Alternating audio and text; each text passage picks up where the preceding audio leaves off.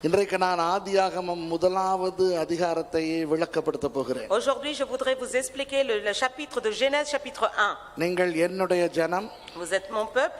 Vous me connaissez. S'il y a des gens qui ne me connaissent pas, ils regardent ce message. Ne pensez pas que c'est pour me flatter que je donne cela. Je suis un Tamoul. Pour un Tamoul, c'est de dire que je connais la langue Tamoul.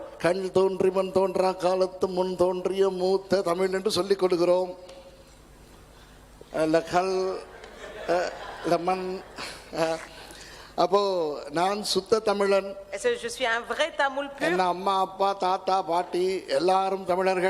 père, ma mère, mon grand-père, tous c'est des Tamouls.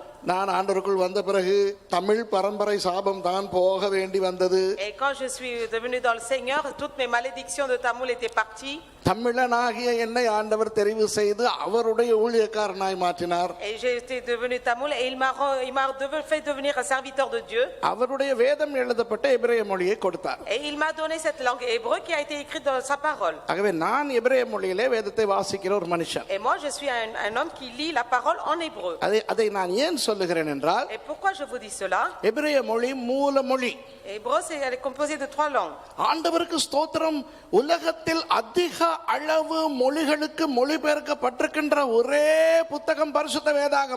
seul livre qui est traduit dans plusieurs langues, c'est la Sainte Parole. Et moi je remercie pour tous ces traducteurs.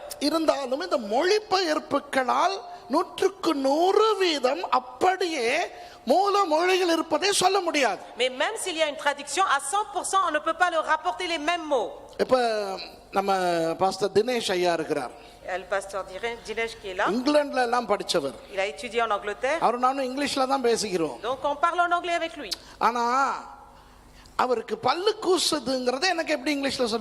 Et comment il peut dire en anglais que ses dents ils grincent? C'est difficile de dire en anglais que ses dents grincent ou chatouillent. My teeth are irritant அப்படின்னு சொன்னா அது கூசுதல் அல்ல. Quand il dit ça, c'est irrité, c'est pas comme si ça. கூசுதல் என்றால் ticklish. Ça veut dire chatouiller, c'est un autre mot. My teeth are ticklish na சிரிப்பான். Et si je dis ça, quelqu'un va rire. ஏன்னா ticklish na அந்த கூச்சம். Ticklish ça veut dire c'est chatouiller. புரியுதா? அப்ப இந்த மாதிரியான சில விஷயங்களை நமக்கு ஒரு மொழியில இருந்து இன்னொரு மொழிக்கு சொல்லவே முடியாது. Donc certains mots on peut pas le dire exactement.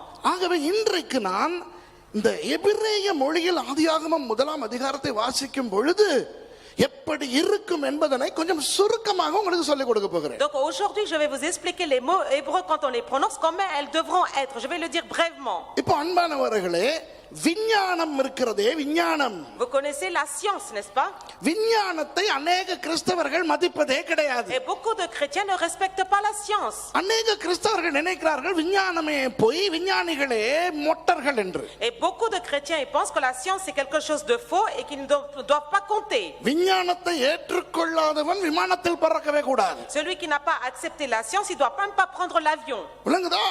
விஞ்ஞானத்தை விட ஜெபம் வல்லமையானது என்று சொல்லுகிறவன் celui qui dit que la prière elle est plus forte que la science. Hello விஞ்ஞானத்தை விட ஜெபம் வல்லமையானதுதான். C'est vrai que la prière elle est beaucoup plus puissante que la science.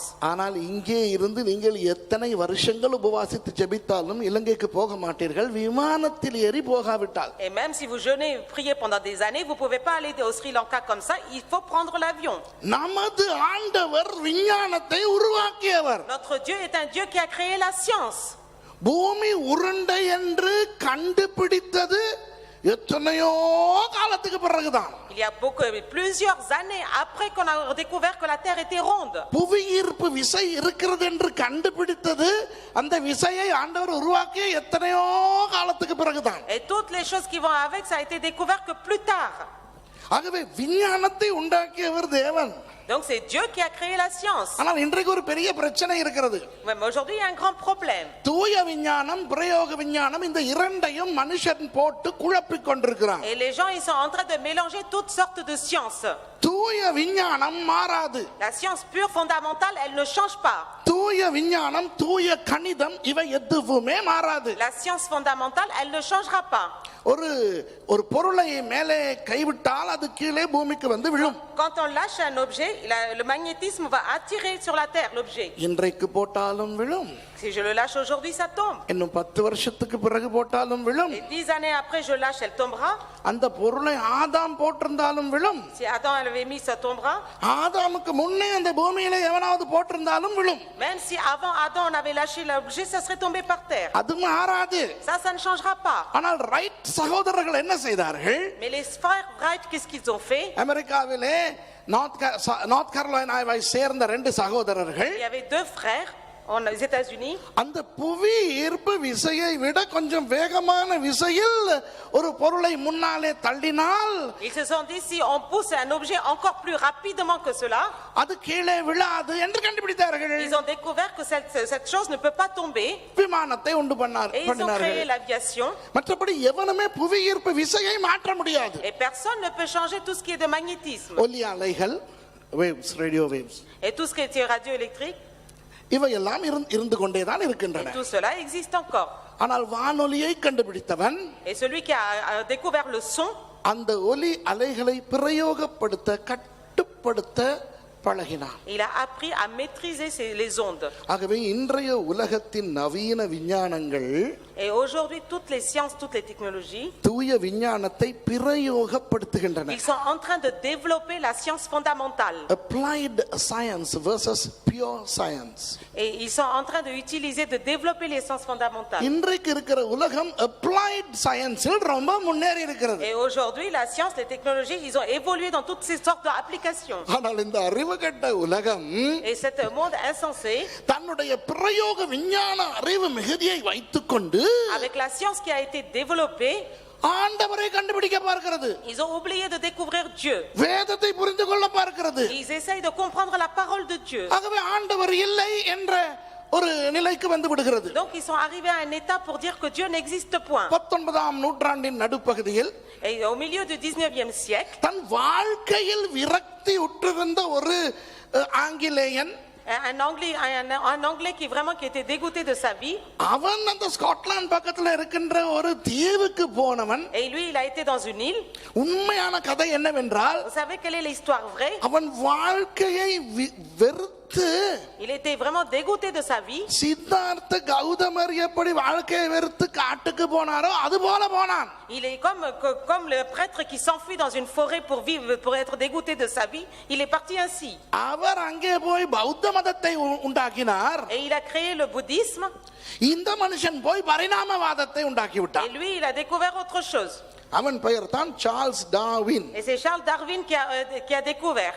அவருடைய diary கண்டுபிடிக்கப்பட்ட போது, et quand son agenda a été découvert, உலகமே ஆச்சரியப்பட்டது, இவ்வளவு ஒரு கேவலமான மனுஷனா இவன் என்று. que cet homme était un homme différent.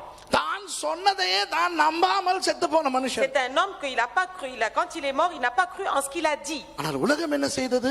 le monde qu'est-ce qu'il a fait? பரிணாமவாதத்தை அப்படியே கவ்விக்கொண்டது. le monde il a pris tous ses enseignements. ஏன் தெரியுமா? vous savez pourquoi? பரிணாமவாதத்தில் நிறைய உண்மைகள் இருக்கின்றன. parce que dans ces choses-là il y avait beaucoup de vérité. குரங்கு ஒரு நாளும் மனுஷனாய் மாறவில்லை. jamais le singe est devenu un homme.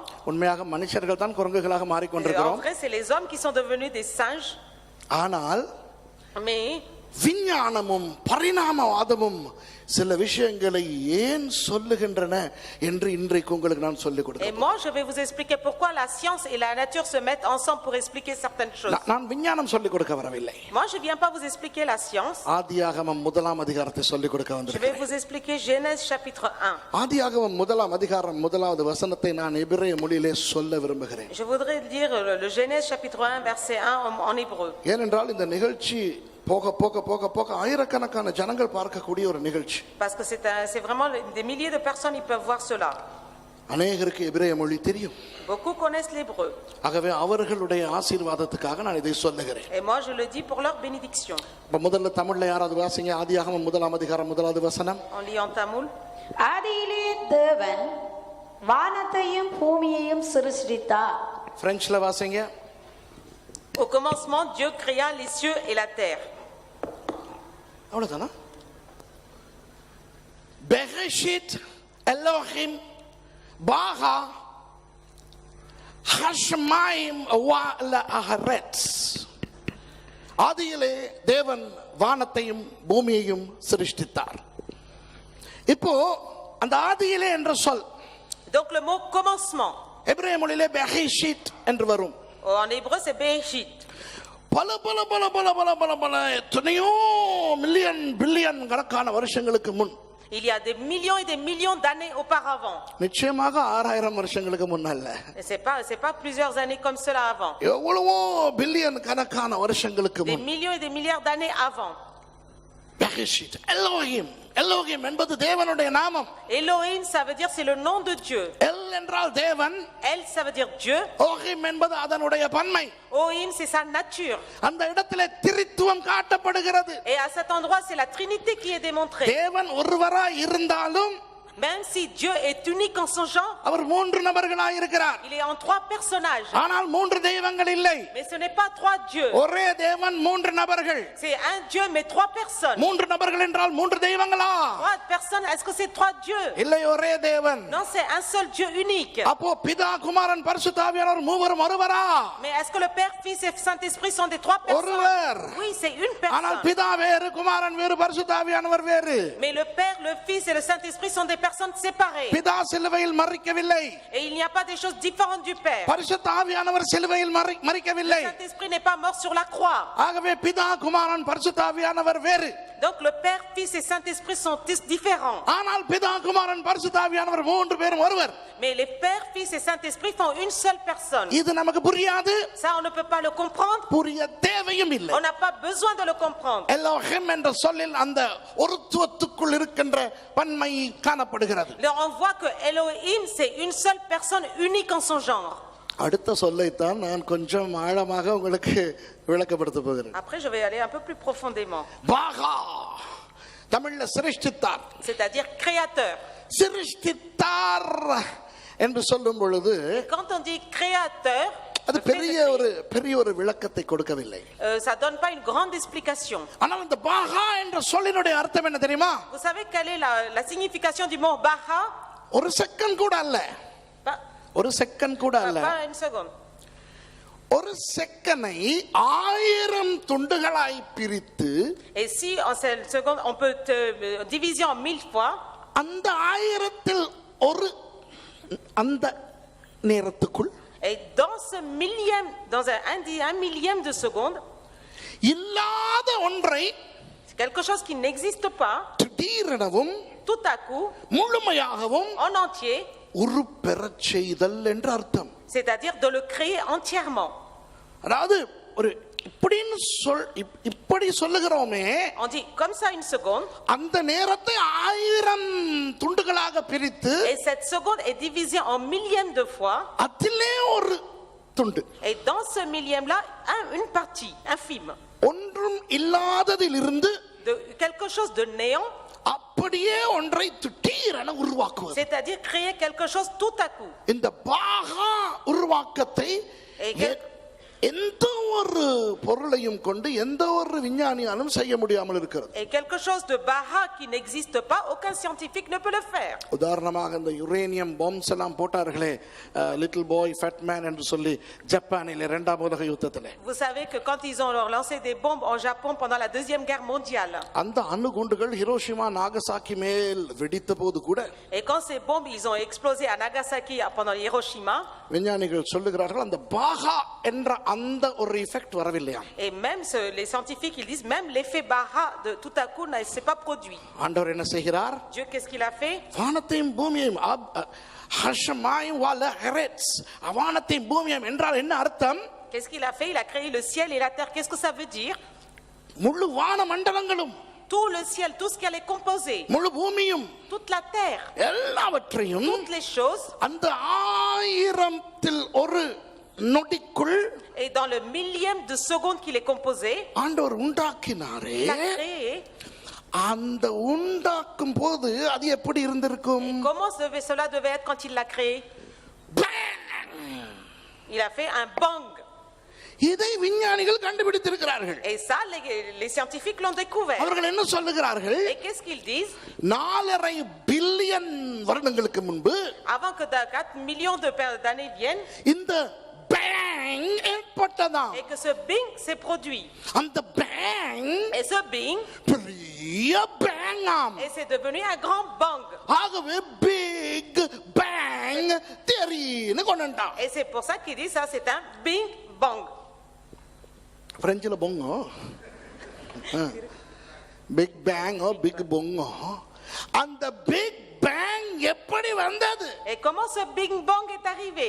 ஆண்டவர் தான் அதை செய்வித்தார். C'est Dieu seul qui l'a créé. கிறிஸ்தவன் பிக் பேங் தியரியை நம்ப வேண்டும். Et le chrétien doit croire au big bang. ஆனால் பாவம் விஞ்ஞானிகள், mais les pauvres scientifiques, அந்த இடத்திலே போய் இறுகி விடுகிறார்கள். et ils vont là-bas, ils vont chercher. அந்த பேங் வந்துச்சுங்கோ.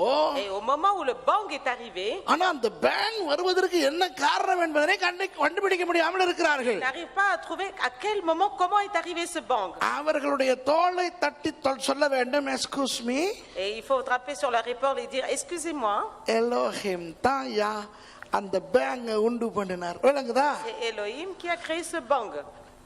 இப்ப பிக் பேங் தியரியை நம்புகிற விஞ்ஞானியே, le scientifique qui croit au big bang, அது எப்படி வந்தது என்று தெரியாதவனுக்கு, et celui qui ne sait pas comment ça a été créé, எங்களிடத்துல என்ன கேட்பான் தெரியுமா? vous savez qu'est-ce qu'il va poser comme question? எல்லாவற்றையும் ஆண்டவர் சிருஷ்டித்தார் என்றால் ஆண்டவரை யார் சிருஷ்டித்தார்னு si Dieu கேட்பான். il a créé toute chose, qui a créé Dieu lui-même? எனக்கிட்டே கேட்பானுங்க. il peut demander ça. நான் சொல்ல முதல்ல உன் சொந்த மூக்க கண்ணாடி இல்லாம பார்த்துட்டு வா. d'abord va regarder ton propre nez sans miroir. உன்னுடைய மூக்கு ton nez, பிறந்த நாள்ல இருந்து உன் மூஞ்சில இருக்கு. elle est là depuis ta naissance sur ton visage. அத நாங்க உடுப்பு போட்டு மறைக்கிறது இல்ல. et on ne le cache pas avec nos vêtements. வெளிய காட்டிட்டு இருக்கோம். on est en train de le montrer dehors. நாங்க கவர் போட்டு மூடுறது இல்ல. on le couvre pas avec un couvert. வெளிய காட்டிட்டு இருக்கோம். on le montre à tous. அதுலயும் விசேஷமா என்னை மாதிரி ஆளுக்கு இருக்கிற மூக்கு இன்டர்நேஷனல் மூக்கு. et le nez que j'ai, c'est un nez international. Mercy சொல்லும். et merci, elle dit tout le temps. அப்ப அவங்க மூக்கு இந்த இடத்துல நின்று இருக்கணும், அது ஏன் எக்ஸ்ட்ராவா நீட்டிக்கிட்டு வந்திருக்கு? elle dit papa, votre nez ils auraient dû s'arrêter là, mais pourquoi elle a dépassé? நான் சொல்லுவேன், அடியே லவ் பண்ற காலத்துல இதெல்லாம் உனக்கு தெரியலையா? elle a dit mais à l'époque où tu étais amoureuse, est-ce que tu savais pas tout cela? அப்ப கேட்டிருக்கலாமே. elle aurait pu poser cette question alors. அப்போ நீர் இன்று மீன் இல்லை, நீ இன்று நான் இல்லை இல்லையா சொன்னேன். et c'était avait dit toi je peux pas être sans moi, et sans moi toi tu pouvais pas être. இன்னொரு கதை சொல்லும். encore une autre histoire. சொல்லுவா, அப்பா உங்க மூஞ்ச இப்ப அவளோட சேர்ந்து latest மிஷாவும் சேர்ந்துக்கிட்டாங்க. maintenant Misha aussi elle se met avec elle pour parler. உங்களுக்கு தெரியுமா நான் 4 பொம்பளைகளோட வாழ்றேன்னு? vous savez que je vis avec 4 femmes. ஒன்னு மேர்சி, merci une, அடுத்தது மிஷா, ensuite Misha, அடுத்தது பெரிய mercy, après la grande merci, அதான் மிஷா, பெரிய மேர்சி தான் மிஷா, சின்ன மிஷா, après il y a une petite Misha. விளங்குதா உங்களுக்கு? est-ce que vous comprenez? இந்த 2-4 பொம்பளைங்க மாதிரி என்னைய போட்டு வாட்டி வதச்சிக்கிட்டு இருக்கு. எனக்காக ஜெபம் பண்ணிக்கொள்ளுங்க. deux femmes qui sont en 4 et elles sont en train de me faire souffrir. என்னன்னா என்னுடைய மூஞ்சில கண்ணு வேற, மூக்கு வேற, வாய் வேற, மீசை வேற எடுத்து பார்த்தா கன்றாவியா இருக்குமா? parce qu'elle se dit si on décompose ton œil, ton nez et ta bouche, elle dit ça sera vraiment pas beau. அதெல்லாம் இந்த மூஞ்சில ஒண்ணா இருக்கறனால தான கொஞ்சம் பார்க்கிறதுக்கு ஓகேயா இருக்கு. elle a dit c'est parce que Dieu il a mis tout ça ensemble que dans ce visage tout ça va bien. Love பண்ற காலத்துல சொல்லி இருந்தியனா அடியே. si tu as dit quand j'étais amoureuse, je te dis love பண்ற காலம்னு நீங்க நினைக்காதீங்க நாங்க அந்த காதல் புரிஞ்சிக்கிட்டு திரிஞ்சோம்னு. ne pensez pas qu'on était amoureux et on traînait dehors. நான் அவளுக்கு pastor, moi j'étais son pasteur, அவ எனக்கு விசுவாசி. elle était ma croyante. ஆண்டவர் சொல்லிட்டாரு இவளை தான் கட்ட போறேன்ட்டு. et Dieu m'a dit c'est avec elle que tu vas te marier. கல்யாணத்துக்கு நியமிக்கப்பட்ட பிறகு une fois qu'on a été décidé, que le mariage a été décidé, பேச்சுவார்த்தை அனுமதிக்கப்பட்டது. le fait de parler a été autorisé. புரியுதா உங்களுக்கு? அப்புறம் நான் பேசுறத வச்சுக்கிட்டு ஓ நாம லவ் பண்ண கிளம்பிடுவோம். ஐயோ தெய்வமே, tout le monde n'écoutait pas ça en disant ah mais moi je vais tomber amoureux maintenant. புரியுதா? அப்போ இந்த மாதிரி ஒரு மூக்கு இருந்தும் Et même si j'ai un nez comme cela, அந்த மூக்கை உலகத்திலே உள்ள படித்தவன் படிக்காதவன் கருப்பன் வெள்ளையன் மஞ்சள்காரன் எல்லாம் பார்த்தாலும் et même ce que celui qui a lu, c'est étudié ou pas étudié, même si tous ils ont lu, என் சொந்த மூக்கை நான் பார்ப்பதற்கு ஒரு et கண்ணாடியின் même உதவியை pour நாட regarder mon வேண்டியிருக்கிறது. propre nez, j'ai besoin d'un miroir.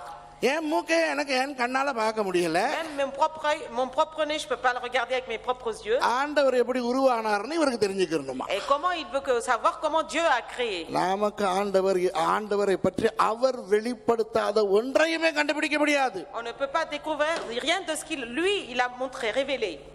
அப்போ இந்த விஞ்ஞானிகள் பாவம் அவர்களுக்கு பிக் பேங் தெரியும்.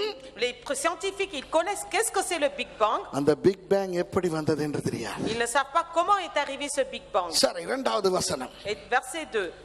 வாசிங்க. Lisez-le.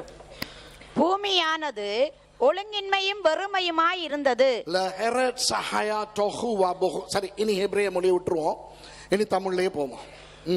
பூமியானது ஒழுங்கின்மையும் வெறுமையுமாய் இருந்தது. ஆழத்தின் மேல் இருள் இருந்தது. தேவ ஆவியானவர் ஜலத்தின் மேல் அசைவாடி கொண்டிருந்தார். ஆழத்தின் மேல் இருள் இருந்தது. Il y avait les ténèbres à la surface. விஞ்ஞானிகள் சொல்லுகிறார்கள், Et les scientifiques ils disent cela. அந்த பிக் பேங்கின் மூலம் இந்த உலகம் உருவாகினாலும், Et même si la terre a été créée avec le Big Bang, முதலாவது இருந்தது ஒரு இருண்ட காலமாம். à l'époque avant c'était les ténèbres qui étaient couvertes sur la terre. ரெண்டு விதமான டார்க் ஏஜஸ் இருக்கு தெரியுமா? Vous savez qu'il y a deux sortes d'âges qui sont divisés. உலக சரித்திரத்திலே dark ages என்று மிடிவல் மத்திய காலத்தை சொல்வார்கள். Et on dit c'est l'époque qui est intermédiaire. ஆனால் விஞ்ஞானிகள் டார்க் ஏஜ் என்று சொல்வது ஐஸ் ஏஜுக்கு முந்தின காலத்தை. C'est l'avant l'âge de la glace, l'âge glaciaire. Okay, ice age என்று சொல்வது சினிமா படத்தை அல்ல. Et moi je parle pas du film hein. இல்லன்னா சொல்ல ஐஸ் ஏஜுக்கு முன்னால டார்க் ஏஜஸ் ஒன்னு நான் பார்க்கலையேன்னு யூடியூப்ல போய் l'âge de தேடக்கூடாது. la glace avant l'âge des ténèbres. இப்போ இருள் என்றால் என்ன? Qu'est-ce que les ténèbres? ஒளி இல்லாத நிலை. C'est un moment où il y a pas de lumière. There is nothing called darkness. இருள் என்று ஒன்று இல்லை. Les ténèbres il y avait pas, ils n'existaient pas. ஒளி இல்லாமை தான் இருள். C'est le fait de il y a pas de lumière, c'est les ténèbres. புரியுதா உங்களுக்கு? ஒளி இல்லாமை தான் இருள். Le fait pas de lumière, c'est les ténèbres. அப்போ அந்த ஆண்டவர் உலகத்தை படைத்த பொழுது இருளாய் அது இருந்திருக்கிறது. Et quand Dieu a créé, les ténèbres étaient là. தேவ ஆவியானவர் ஜலத்தின் மேல் அசைவாடி கொண்டிருந்தார். L'esprit de Dieu se mouvait au-dessus de la terre. விஞ்ஞானம் சொல்லுகிறது, Et qu'est-ce qu'il est écrit? இந்த பூமி முழுக்க பனிக்கட்டியால் மூடி இருந்தது. Toute la terre était couverte de glace. இருள் காலத்துக்கு அடுத்த காலம் பனிக்காலம், ice age. Après l'époque des ténèbres, c'est l'époque glaciaire. இந்த ஐஸ் ஏஜை விஞ்ஞானிகள் எந்த அளவுக்கு பேசுகிறார்கள் என்பதை நீங்கள் படித்தால் உங்களுக்கு தெரியும். Et dans l'âge glaciaire, on peut savoir les scientifiques quand vous lisez ce qu'ils ont écrit. ஜலம் என்று சும்மா சொன்னால், Et quand on parle des eaux, சுடு தண்ணியையும் ஜலம்னு தான் சொல்லுவாங்க. l'eau chaude on appelle l'eau, பச்சை தண்ணியையும் ஜலம்னு தான் சொல்லுவாங்க. l'eau froide on appelle l'eau. ஜலம் என்பது தமிழ் வார்த்தை அல்ல, அப்படி பார்க்க போனா. L'eau c'est pas un mot tamoul. அது ஒரு வடச்சொல். C'est un mot général.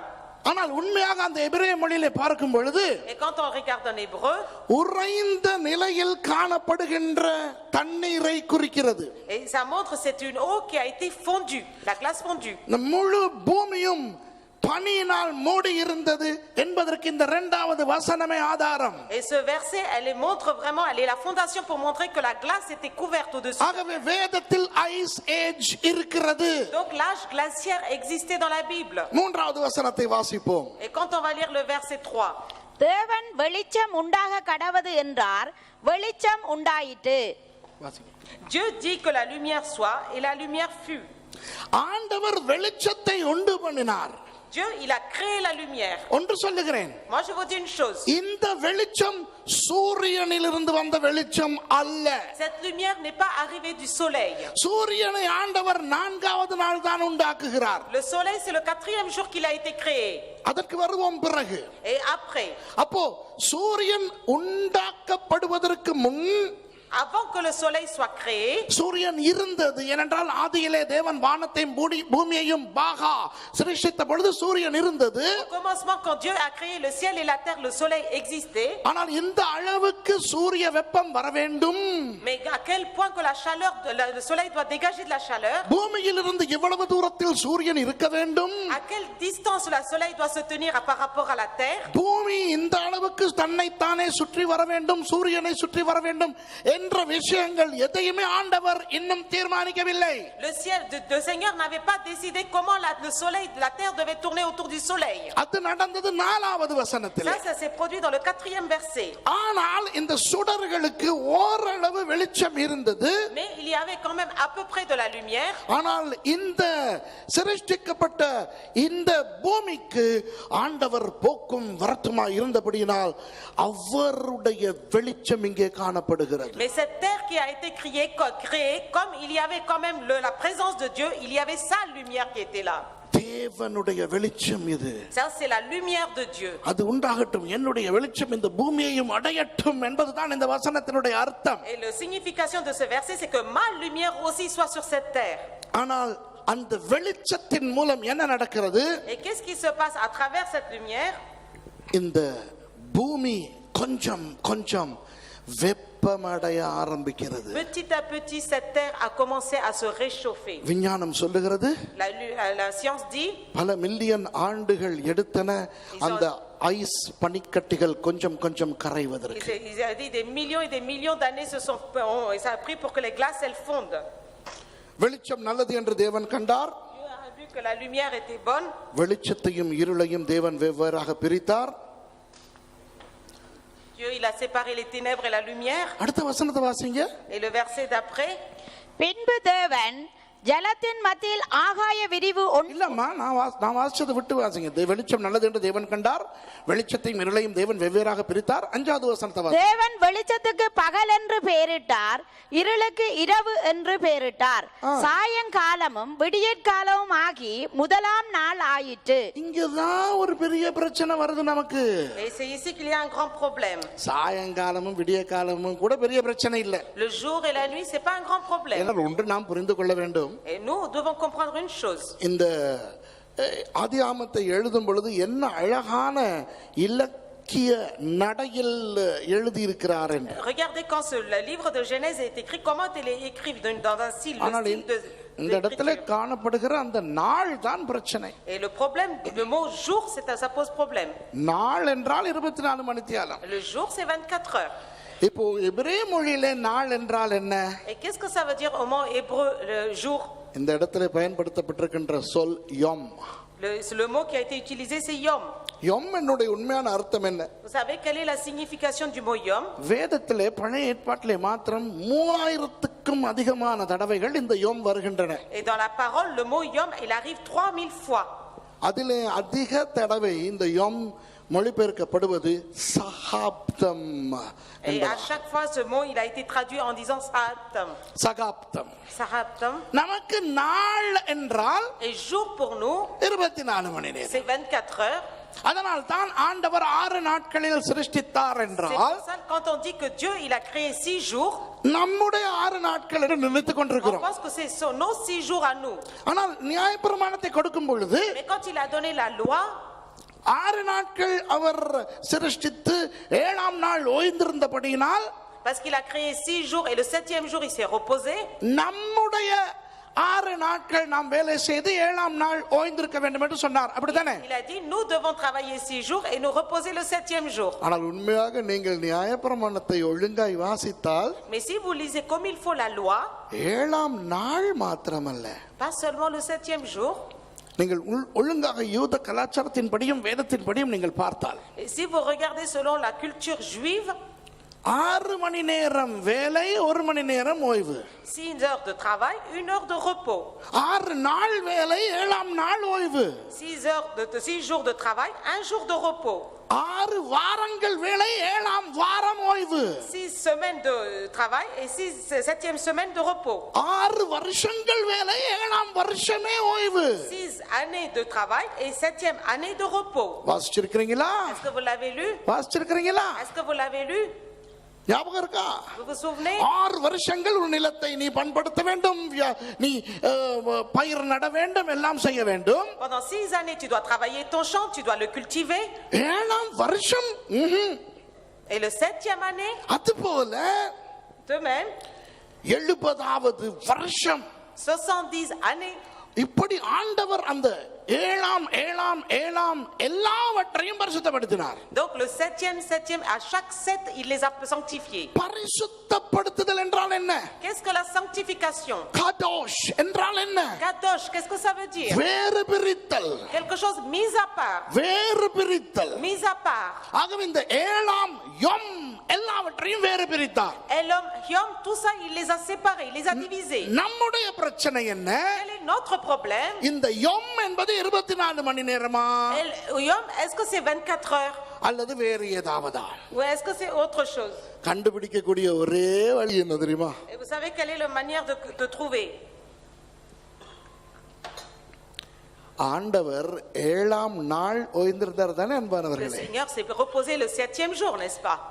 ஏழாம் நாளில் இருந்து ஓய்ந்திருந்தார் என்று இல்லை. Il n'est pas écrit qu'il s'est reposé à partir du 7e jour. ஏழாம் நாள் ஓய்ந்திருந்தார். C'est le 7e jour qui s'est reposé. அப்படி என்றால் Ça veut dire எட்டாம் நாள் திரும்ப வேலையை தொடங்கினார். le 8e jour, il a recommencé son travail. வேதத்திலே அப்படி இல்லை. C'est pas écrit ainsi. ஆனால் உண்மையின்படி ஏழாம் நாள் ஓய்ந்திருந்தார் என்றால் Ça veut dire que le 7e jour, s'il s'est reposé, ஏழாம் நாள் முடியும் போது அவருடைய ஓய்வை முடிக்கின்றார் என்ற அர்த்தம் உண்டா இல்லையா? ça veut dire qu'à la fin du 7e jour, il a terminé son repos. அப்போ எதிலிருந்து ஓய்கிறார்? De quoi s'est-il reposé? சிருஷ்டிப்பிலிருந்து. De sa création. உண்மையாக ஓய்வு என்றால் என்ன? Qu'est-ce que ça veut dire le vrai repos? ஓய்வு என்பது ஒரு வேலையும் செய்யாமை என்பது அல்ல. Le repos, c'est pas de rester sans travailler. ஏனென்றால் ஒருவனாலும் எப்பொழுதும் ஒரு வேலையும் செய்யாமல் இருக்கவே முடியாது. Parce que aucune personne ne peut rester sans rien faire à aucun moment. உறங்கும் பொழுது கூட உறங்கும் வேலையை அவன் செய்கிறான். Même quand une personne dort, il fait le travail de dormir. ஓய்வு என்றால் என்ன தெரியுமா? Qu'est-ce que c'est repos? தான் செய்யும் வேலையை நிறுத்திவிட்டு C'est laisser le travail qu'il fait இன்னும் ஒரு காரியத்தை செய்தல். et faire autre chose. இப்போ நான் பிரசங்கம் செய்துவிட்டு Moi j'ai prêché. போய் உட்கார்ந்தால் Si je vais m'asseoir, பிரசங்கத்திலே இருந்து ஓய்வு எடுக்கிறேன் என்ற அர்த்தம். ça veut dire que je me suis reposé de ma prédication que je viens de faire. அந்த ஓய்வு எப்பொழுது முடியும்? Ce repos, quand est-ce qu'il va se terminer? நான் மறுபடி பிரசங்கிக்கும் போதுதான். Quand je vais me reprêcher une autre fois. ஏழாம் நாள் ஓய்ந்தவர் 7e jour, c'est le repos. எப்பொழுது அவர் மறுபடி சிருஷ்டிக்க ஆரம்பிக்கிறார்? Et quand est-ce qu'il a commencé à créer une autre fois? வேதத்தை குடைந்து பார்த்தால் Et quand on regarde profondément la parole, அடுத்த சிருஷ்டிப்பு எது தெரியுமா? vous savez quelle est la création suivante? புதிய வானம் புதிய பூமி. Les nouveaux cieux et la nouvelle terre. இன்னும் வரவில்லை. Il s'était pas arrivé. அப்படியானால் இன்னும் நமது ஆண்டவர் அவர் ஏழாம் நாளிலே இருந்து கொண்டிருக்கிறார். Ça veut dire que notre Seigneur, il est encore dans son 7e jour. அவர் இன்னும் ஒன்றையும் சிருஷ்டிக்கவில்லை. சிருஷ்டித்த எல்லாவற்றையும் நீங்கள் பலுகி பெருகுங்கள் என்று அந்த உரிமையை கொடுத்து விட்டார். Il a juste donné le droit en disant multipliez-vous et utilisez ce qui a été fait. Et il n'a pas arrêté. என்றைக்கு அவர் ஓய்ந்தாரோ, Le jour où il s'est reposé. அன்றிலிருந்து என்றைக்கு அவர் புதிய வானங்களையும் புதிய பூமியையும் சிருஷ்டிக்க போகிறாரோ, வெளிப்படுத்தின விசேஷத்தில் சொல்லி இருக்கிறபடி, Ce qui est écrit dans le livre des Révélations, quand il va créer le nouveau cieux et la nouvelle terre. அவ்வளவு காலம்தான் யோம் ஒரு யோம். Et tout ces temps-là, c'est un seul yom. அப்படியானால் அந்த ஒவ்வொரு நாளுக்குரிய அளவில் தான் முதல் 6 நாட்களும் இருந்திருக்க Et வேண்டும். donc, le mesure de 7 jours constitue les 6 autres jours qui arrivent. ஆகவே நாள் என்பது Donc, jour, ça veut dire நமக்கு தெரியாத எவ்வளவோ மில்லியன் கணக்கான ஆண்டுகள் என்பதனை முதலாவது மனதில் nous எடுத்துக்கொள்ளுங்கள். devons d'abord garder c'est quelque chose des millions d'années que nous ne pouvons pas considérer. புரியுதா உங்களுக்கு? உங்களுக்கு புரியாவிட்டால் மறுபடியும் இவற்றை போட்டு பாருங்கள். Si vous ne comprenez pas, vous regardez à nouveau. உண்மையாக கர்த்தர் இன்றைக்கு நிறைய வாலிபர்களை ஆசீர்வதிக்க போகிறார். Et aujourd'hui particulièrement, Dieu veut bénir beaucoup de jeunes. வேதம் எவ்வளவு உண்மையான புத்தகம் என்று இன்றைக்கு இந்த ஆதியாகமம் முதலாவது அதிகாரத்தில் இருந்தே ஆண்டவர் நமக்கு காட்ட Dans போகிறார். Genèse chapitre 1, Dieu va montrer combien la parole de Dieu est une vérité. விஞ்ஞானத்தை அடிப்படையாக வைத்து கிறிஸ்தவர்களுடைய விசுவாசத்துக்கு சவால் விடும் உலகத்தில் இவர்கள் ஒளிவிட்டு பிரகாசிக்க À போகிறார்கள். travers les chrétiens, ils peuvent lancer des défis au monde en montrant que la parole de Dieu est la base de la science. விஞ்ஞானிகள் பாவம். La science, c'est les scientifiques, c'est des pros. கண்டுபிடிக்கிறார்கள். Ils sont en train de chercher. ஆனால் ஆண்டவரை விசுவாசிக்காத விஞ்ஞானிகள் இருக்கின்றபடியினால், Mais parce que ce sont des scientifiques qui ne croient pas au Dieu, இதிலே ஆண்டவருடைய கரம் எவ்வளவுக்கு இருக்கிறது என்று தெரியாமல் அவர்கள் மொக்குத்தனமாக பரிணாமவாதத்தை நம்பிக்கொண்டிருக்கிறார்கள். ils ne comprennent pas que Dieu est derrière ça, donc ils le cherchent désespérément. இப்போ அடுத்து 6வது வசனம். Verset 6. பின்பு தேவன் ஜலத்தின் மத்தியில் ஆகாய விரிவு உண்டாக கடவது என்றும் அது ஜலத்தினின்று ஜலத்தை பிரிக்க கடவது என்றும் சொன்னார். ஜலத்தின் மத்தியில் ஆகாய விரிவு உண்டாக்கினார். Il est écrit qu'il y a une étendue entre les eaux. இப்பொழுது தண்ணீர் ஐஸ் நிலையில் இல்லை. Maintenant, l'eau n'était pas en état de glace. திரவமாய் மாறிவிட்டது. Elle est devenue liquide. ஆண்டவர் என்ன செய்கிறார்? Qu'est-ce que Dieu fait? தண்ணீரை தண்ணீரிலிருந்து பிரிக்கிறார். Il a dit, il sépare les eaux. அதாவது தண்ணீரின் பெரும்பகுதியானதை கொண்டு போய் மேலே வைத்துவிட்டு, La majorité des eaux, il les place en haut. அந்த மேலே இருக்கிற தண்ணீருக்கும் கீழே இருக்கிற தண்ணீருக்கும் இடையில் ஆகாய விரிவை உண்டு பண்ணுகிறார். Et entre les eaux qui étaient au-dessus et les eaux qui étaient en bas, il met à l'intervalle les cieux. விஞ்ஞானிகள் ஏற்றுக்கொள்கிறார்கள். Les scientifiques l'acceptent. கிட்டத்தட்ட 4000 வருஷங்களுக்கு முன் வரை Jusqu'à 4000 ans avant, jusqu'à. Ozone படலத்தோடு, ozone layer, Voilà, oui, la couche d'ozone. ஒரு hydro oxide layer இருந்தது என்று. Ils disent qu'il y avait une couche d'hydroxyde qui était là juste au-dessus de la couche d'ozone. Hydro oxide, hydrogen plus oxygen, H2O, தண்ணீர். C'est-à-dire H2O, l'eau, il était là juste au-dessus de la couche d'ozone. ஒரு பெரிய தண்ணீர் படலம் இருந்தது என்று விஞ்ஞானிகள் ஒத்துக்கொள்கிறார்கள். Les scientifiques, ils acceptent qu'il y avait une couche d'eau au-dessus de la couche d'ozone, H2O. நீங்கள் பார்த்தீர்கள் என்றால் இந்த 2ஆம் அதிகாரத்தில் சொல்லப்பட்டிருக்கிறது. Et dans le chapitre 2, il est dit, ஆண்டவர் பூமியின் மேல் இன்னும் மழையை பொழிய பண்ணவில்லை. Dieu n'a pas fait tomber de la pluie sur la terre. ஒரு மூடு பனி பூமியை மூடிக்கொண்டிருந்தது, நனைத்தது. Il y avait qu'une seule nuée de vapeur qui entourait la terre. ஏன் மழையை பெய்ய பண்ணவில்லை தெரியுமா? Vous savez pourquoi la pluie n'est pas tombée encore? அந்த hydro oxide படலம் இருந்தபடியினால், Parce qu'il y avait la couche d'hydroxygène. சூரிய கதிர்கள் அந்த படலத்தை தாண்டி பூமிக்கு வரும் பொழுது, Parce que quand les rayons du soleil, ils veulent atteindre la terre, செறிவு குறைந்த நிலையில் வந்தபடியினால், ils arrivent avec une force qui est moindre. பூமியில் இருந்த தண்ணீரை நீராவியாக்க முடியவில்லை. Ils ne pouvaient pas changer les eaux qui étaient sur la terre en vapeur. பூமியில் இருக்கின்ற தண்ணீர் நீராவியாகி மேலே போனால் தான் C'est seulement si les eaux qui sont sur la terre, ils montent en vapeur, மேகங்கள் வரும். que les nuages vont se produire. மேகங்கள் குளிர்வடைந்தால் தான், Et si les nuages se refroidissent, மழையாக பொழியும். il y aura la pluie qui peut descendre. ஆகவே அந்த hydro oxide படலத்தை தாண்டி வருகின்ற இந்த சூரிய கதிர்கள் Donc les rayons du soleil qui doivent traverser la couche de hydroxygène, தண்ணீரை நீராவியாக்காதபடியினால், parce qu'ils n'ont pas transformé l'eau en vapeur, மழையே வரவில்லை. la pluie n'est pas tombée.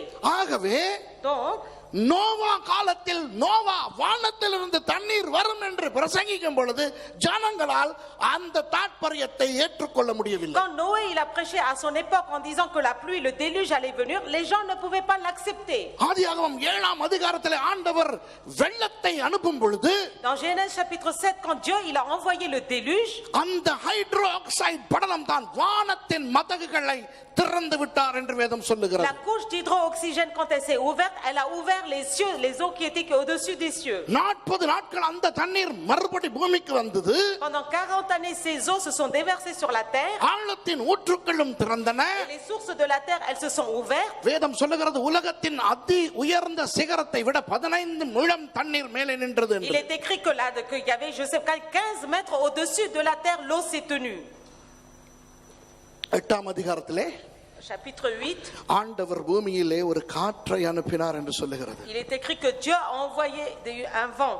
எபிரேய சொல் அந்த காற்றை என்ன காற்று என்று சொல்லுகிறது தெரியுமா? Et vous savez le mot hébreu, qu'est-ce que ça veut dire, le vent?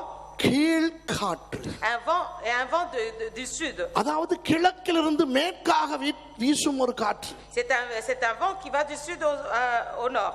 கிழக்கிலிருந்து மேற்காக இந்த பூமியை சுற்றி சுற்றி சுற்றி காற்று அடிக்கும் பொழுது, et quand ce vent il a tourné autour de la terre, அந்த தண்ணீர் வடக்குக்கும் தெற்குக்குமாய் பிரிந்து போனது. l'eau s'est divisée entre le nord et le sud. பிரிந்து போய் உறைந்தது. Et elle s'est divisée.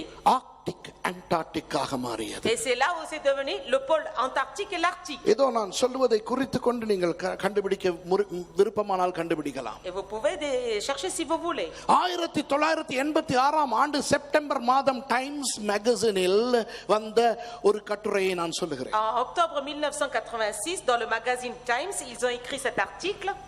Aquologists, தண்ணீர் விஞ்ஞானிகள், ஆராய்ச்சியாளர்கள், c'est les scientifiques qui cherchent à propos des eaux.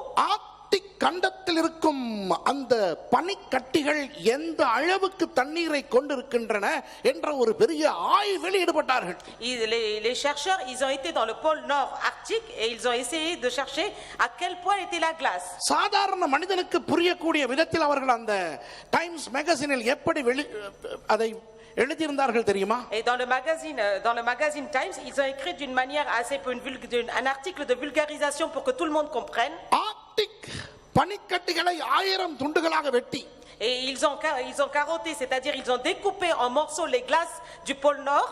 அதன் ஒரு துண்டை கொண்டு போய் உலகத்தின் பெரிய பாலைவனமாகிய சஹாரா பாலைவனத்திலே போட்டால், et ils ont pris un gros morceau de ce glace et ils l'ont mis dans le désert du Sahara.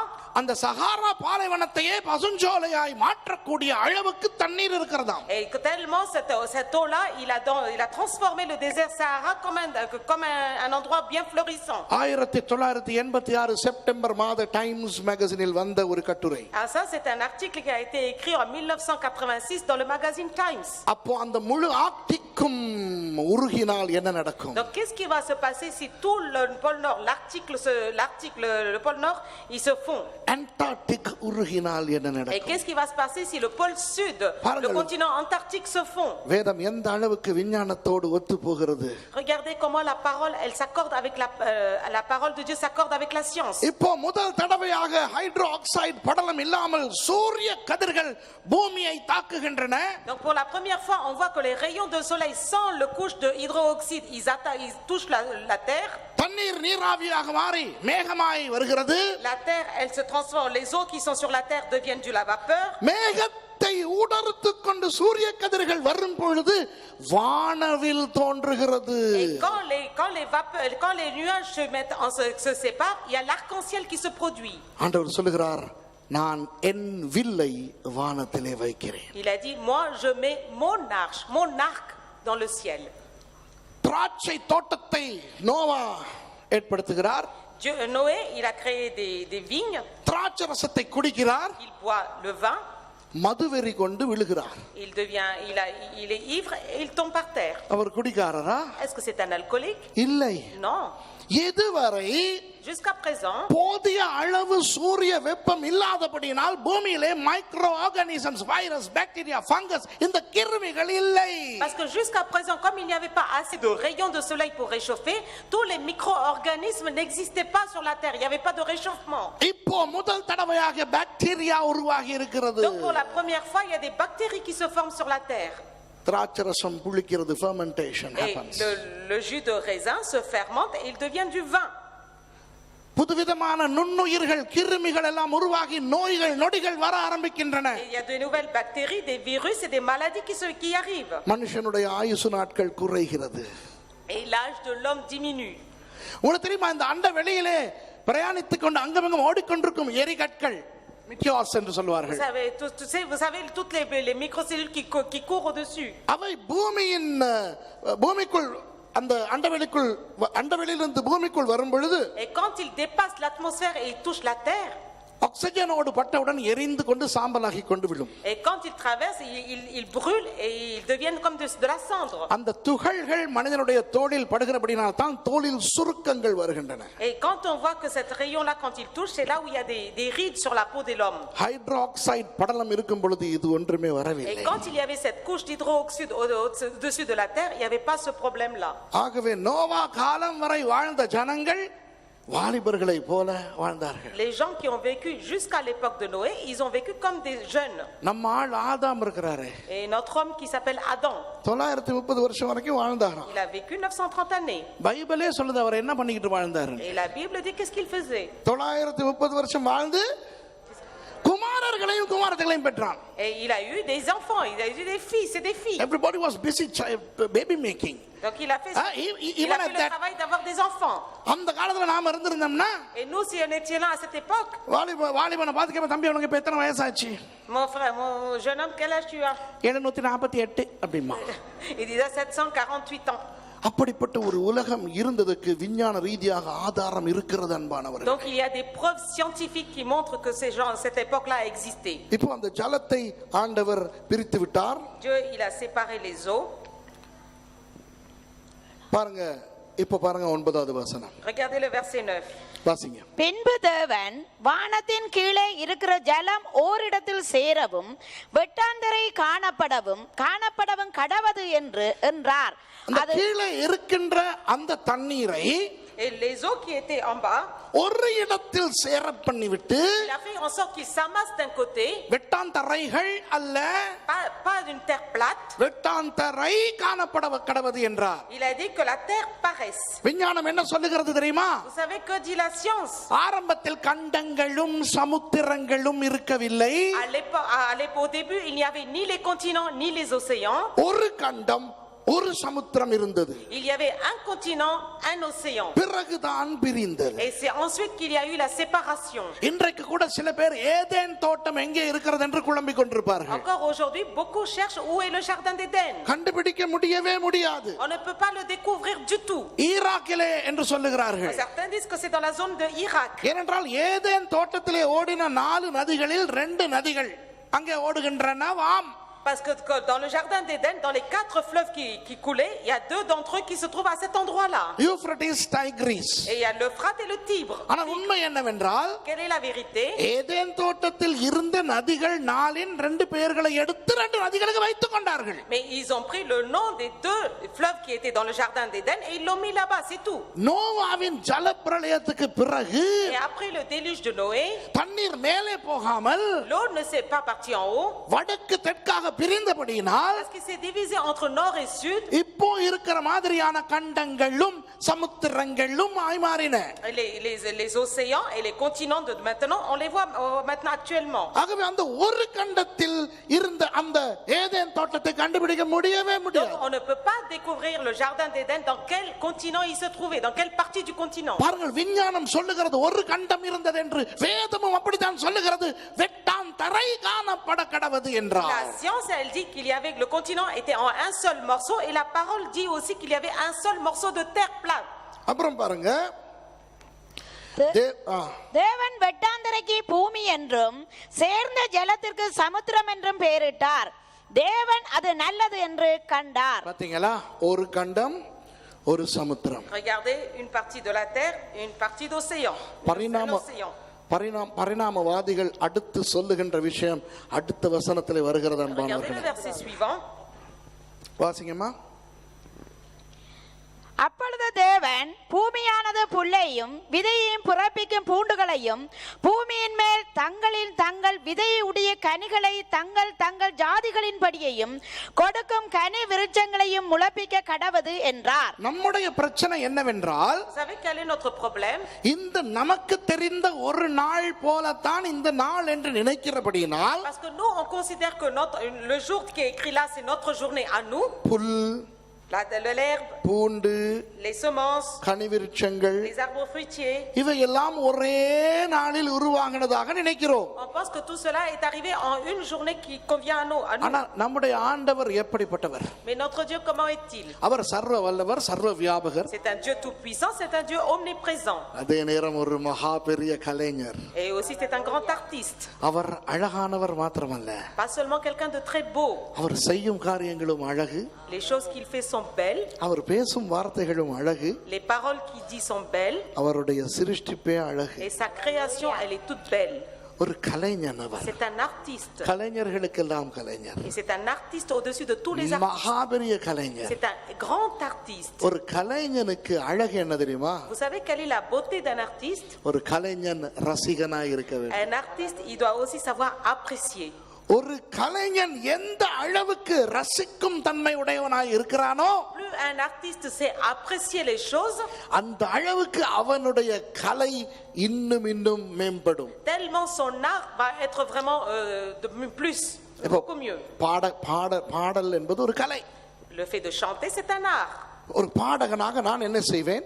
En tant que chanteur, qu'est-ce que je vais faire? பல பாடகர்களுடைய பாடல்களை ரசிப்பேன். Et je m'écoute et vraiment j'admire j'apprécie mes chants. ரசிக்கும் போது என்ன தோன்றும்? Et quand j'apprécie mes chants, qu'est-ce qui m'arrive? ஓ, இவர் இப்படி ஒன்றை செய்கிறார். Mais lui, il fait cela. Wow! Il dit moi c'est bien. ஓ, அவர் இப்படி ஒரு இம்ப்ரோவைசேஷன், இப்படி ஒரு மாடுலேஷன் செய்கிறார். Mais l'autre il a improvisé d'une telle manière. அப்போ ஒரு பாடகன் மென்மேலும் நல்ல பாடகனாக வருவது எப்படி? Et comment un chanteur il peut vraiment augmenter, il peut devenir encore meilleur et excellent? பாடல்களை ரசிக்கின்றதினால். Et parce que il apprécie et il regarde, il écoute les chants. நான் பாடல்களே கேட்க மாட்டேன். Moi je n'écoute jamais les chants. ஆனால் பாட வேண்டும் என்றால், si je veux chanter, je dis, எவ்வளவு திறமை உள்ளவர்களா இருந்தாலும், même si vous avez énormément de capacité, என்ன என் ஆனந்தம் என்ன என் ஆனந்தம் என்று கொண்டே இருப்பார்கள். விளங்குதா? est-ce que vous comprenez? இல்ல, தண்ணியெல்லாம் குடிச்சிட்டு வரவும் நான் நினைச்சேன் ஒரு பெரிய ஒரு பிரெஞ்சில் எடுத்து விட போகுது நம்ம மாதிரி. ரொம்ப ஆசையா ரசிக்கிற ஆள் தானே, ரசிக்கிறதுக்கு ரெடியா இருந்தேன். என்னமோன்னு சொல்லி விட்டுட்டீங்க. என்ற தெய்வமே, எந்த ஒரு கலைஞனும் ஒரு ரசிகனாய் இருக்க வேண்டும். Chaque artiste, il doit savoir apprécier, admirer. ஆண்டவருடைய பிரச்சனை என்னவென்றால், quel est le problème de Dieu? அவர் எவ்வளவு பெரிய கலைஞரா இருந்தாலும் வேறு கலைஞர்கள் இல்லாதபடினால் வேறு கலைஞர்களின் கலைகளை ரசிக்க அவருக்கு வழி இல்லை. Parce que Dieu n'avait pas d'autres artistes pour apprécier, pour admirer, donc il était le seul. ஆகவே வேதத்தில் என்ன வாசிக்கிறோம்? Qu'est-ce qu'on lit dans la parole?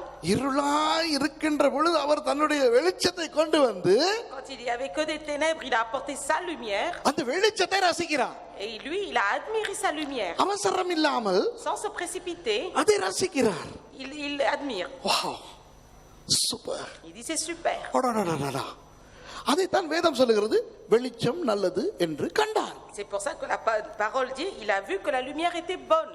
நம்ம பைபிள் வாசிக்கிற விதம் எப்படி இருக்குது? Et nous, comment on lit la Bible? வெளிச்சத்தை உண்டாக்கினார், வெளிச்சம் தேவன் வெளிச்சம் உண்டாகிறது என்றார், வெளிச்சம் உண்டாயிற்று, வெளிச்சம் நல்லது என்று தேவன் கண்டார், வெளிச்சத்தையும் நிலையும் தேவன் வெவ்வேறாய் பிரித்தாய், தேவன் வெளிச்சத்துக்கு பகல் என்று பெயரிட்டார், இருளுக்கு இரவு என்று பெயரிட்டார், சாயங்காலம் விடியற்காலம் முதலாம் ஞாயிற்று பின்பு தேவன் ஜலம்.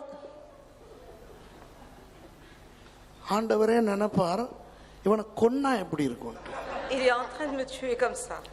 பைபிள் வாசிக்கும் போது quand on lit la Bible, நம்ம கொஞ்சம் யோசிக்கணும். வெளிச்சம் நல்லது என்று கண்டார். il a vu que la lumière était bonne. என்னவா இருக்கும்? Qu'est-ce que ça devait être? அவருக்கு தெரியாதா வெளிச்சம் நல்லதுன்னு? Est-ce qu'il ne sait pas que la lumière அது என்ன வெளிச்சம் நல்லது என்று கண்டார்? il a vu que la lumière était bonne. ரசிக்கிறார். il a admiré.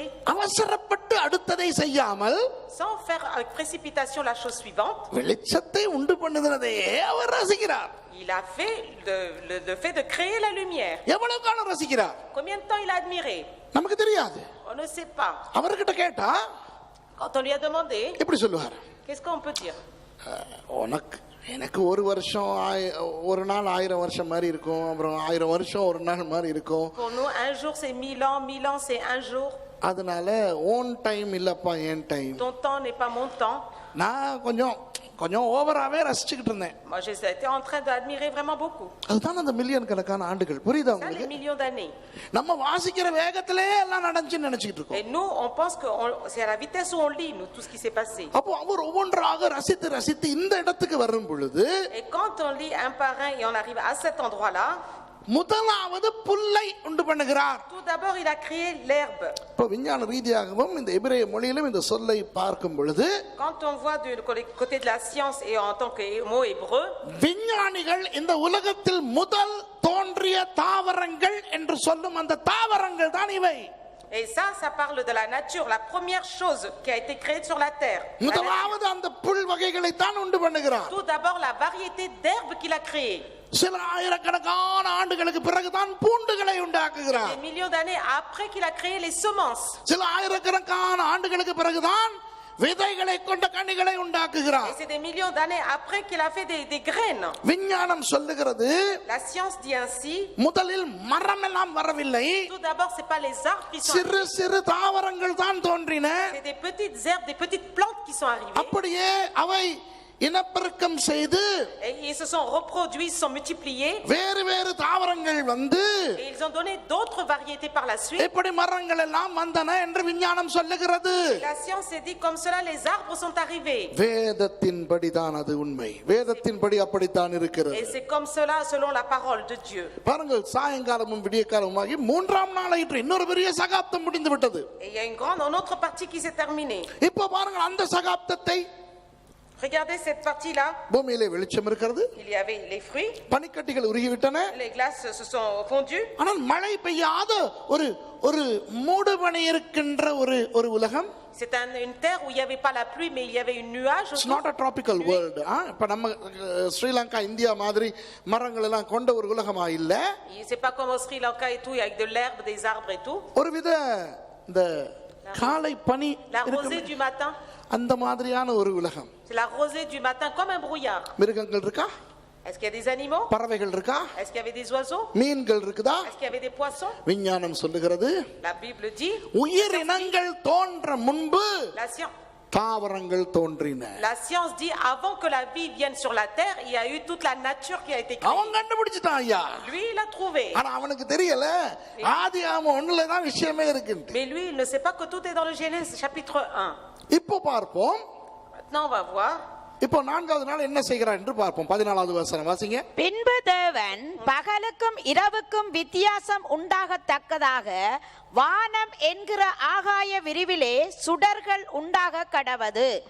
அவைகள் அடையாளங்களுக்காகவும் காலங்களையும் நாட்களையும் வருஷங்களையும் குறிக்கிறதற்காகவும் இருக்க கடவது என்றார். இப்போ அன்பானவர்களே, இன்னொரு எபிரேய சொல்லை நான் உங்களுக்கு சொல்லிக் கொடுக்க விரும்புகிறேன். Je vais vous apprendre aussi encore un mot hébreu. ஆசாஹ்.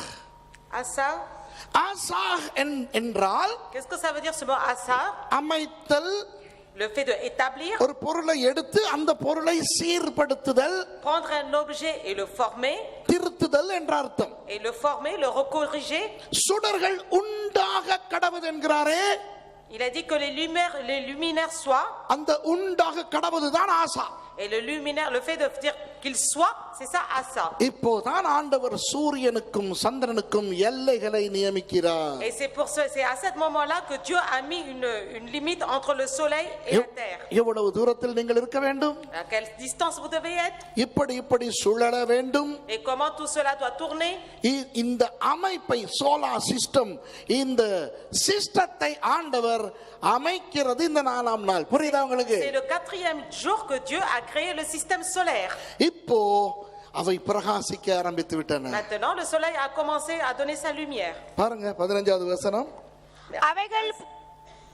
அவைகள் பூமியின் மேல் பிரகாசிக்கும்படிக்கு வானம் என்கிற ஆகாய விரிவிலே சுடர்களாய் இருக்க கடவது என்றார். அது அப்படியே ஆயிற்று. சில பேர் நினைப்பாங்க இது அந்த ஹைட்ரோ ஆக்சைடு படலத்துக்கு கீழ்ப்பட்ட பிரிவு என்று. கிடையாது, அதுக்கு மேல. Okay. Certains pensent que c'est vraiment cette séparation c'est en dessous de la couche d'hydroxyde, c'est pas ça. 16வது வசனம். Verset 16. தேவன் பகலை ஆள பெரிய சுடரும் இரவை ஆள சிறிய சுடரும் ஆகிய 2 மகத்தான சுடர்களையும் நட்சத்திரங்களையும் உண்டாக்கினார். வாசிங்க. அவைகள் பூமியின் மேல் பிரகாசிக்கவும் பகலையும் இரவையும் ஆளவும் வெளிச்சத்துக்கும் இருளுக்கும் வித்தியாசம் உண்டாக்கவும் தேவன் அவைகளை வானம் என்கிற ஆகாய விரிவிலே வைத்தார்.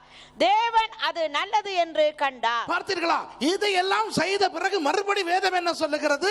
Une fois qu'il a fait tout cela, qu'est-ce que dit encore la parole? தேவன் இவற்றை ரசிக்க தொடங்குகிறார். Dieu il a commencé à admirer toutes ces choses. ஆண்டவர் ரசித்துக் கொண்டிருக்கிறார். Il a commencé à admirer le Seigneur. இப்போ புல் பூண்டெல்லாம் வந்து விட்டது. Maintenant il y a l'herbe, les semences. மரங்கள் எல்லாம் வந்து விட்டன. Maintenant il y a les arbres.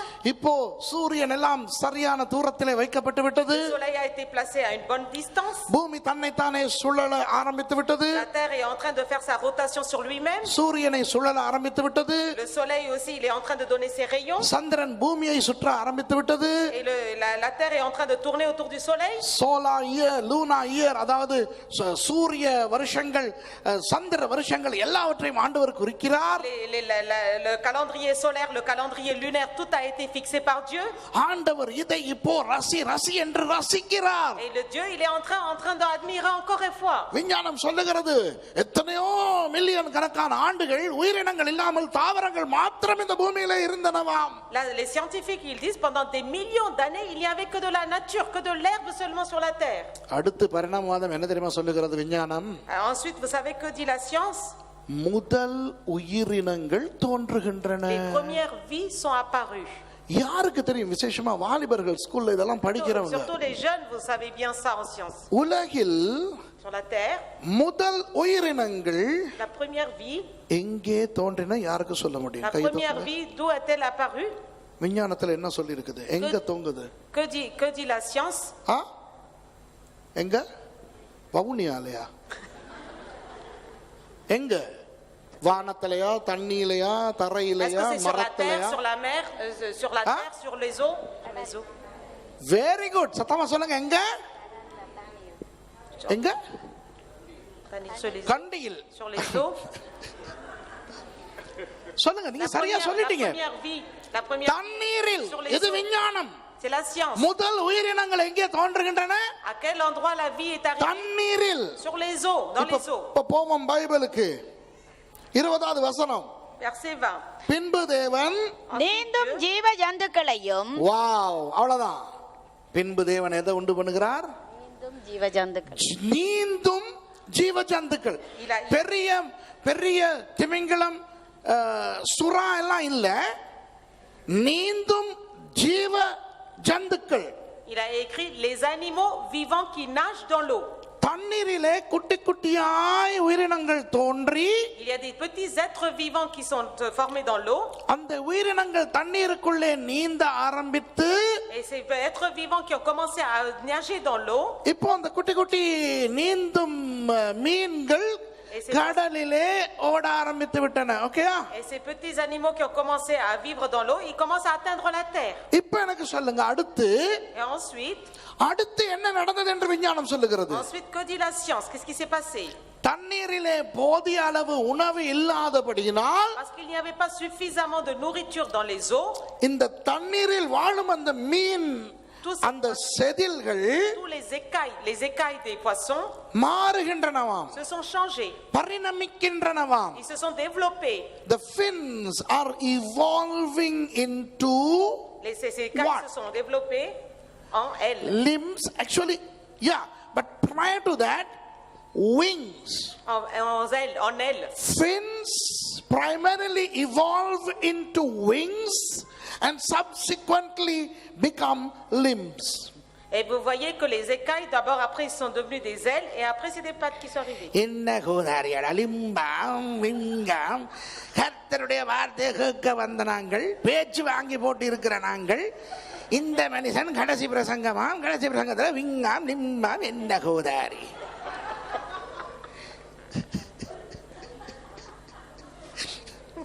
இல்லையா? வார்த்தையை பேசிட்டு போக வேண்டியதானே இல்லையா?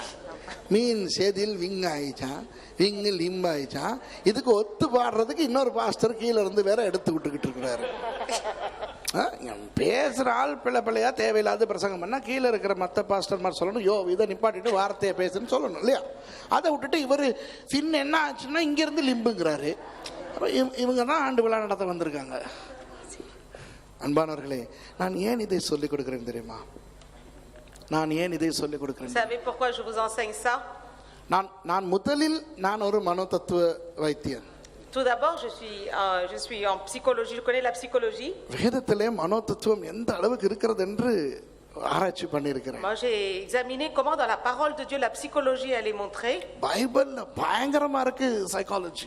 La Bible c'est un livre de psychologie également. Sigmund Freud, Maslow, இவங்க எல்லாம் பிச்சை வாங்கணும். நம்ம பவுல், பேதுரு பயன்படுத்தின, தாவீது பயன்படுத்தின psychology. Les psychologues comme Maslow, tout ça, eux ils sont perdus devant David, Daniel, tous ces gens-là. Plato, Socrates எல்லாம் பிச்சை வாங்க வேண்டும் வேதத்தில் இருக்கிற தத்துவ ஞானங்களை. Les philosophes comme Socrate et tout, ils sont perdus devant la Bible. அதுபோல Albert Einstein, Thomas Alva Edison இவர்களெல்லாம் பிச்சை வாங்க வேண்டும் வேதத்தில் இருக்கிற Les grands விஞ்ஞானத்தை. scientifiques comme Edison, comme Einstein, tout ça, ils sont tous perdus devant la Bible. ஏன் Albert ஐன்ஸ்டைனை பத்தி சொன்னனால ஒரு விஷயம் அவர் சொன்னதை சொல்றேன். Mais moi, je vais dire juste quelque chose de Albert Einstein.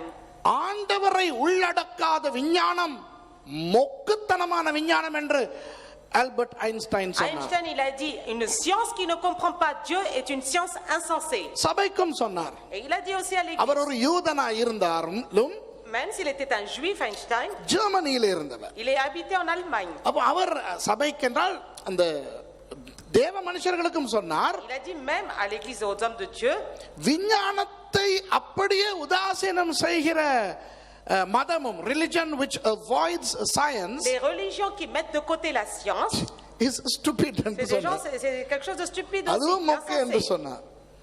ஏன் அப்படிப்பட்ட ஒரு ஆல்பர்ட் ஐன்ஸ்டைன் என்றால் எவ்வளவு பெரிய ஆள் என்ன? Vous connaissez Albert Einstein, qu'est-ce que c'est? Un grand personnage. அந்த ஐன்ஸ்டைன் பாஸ்டர் அடுத்த ஆண்டு விழாவுக்கு அவரே வாரார்.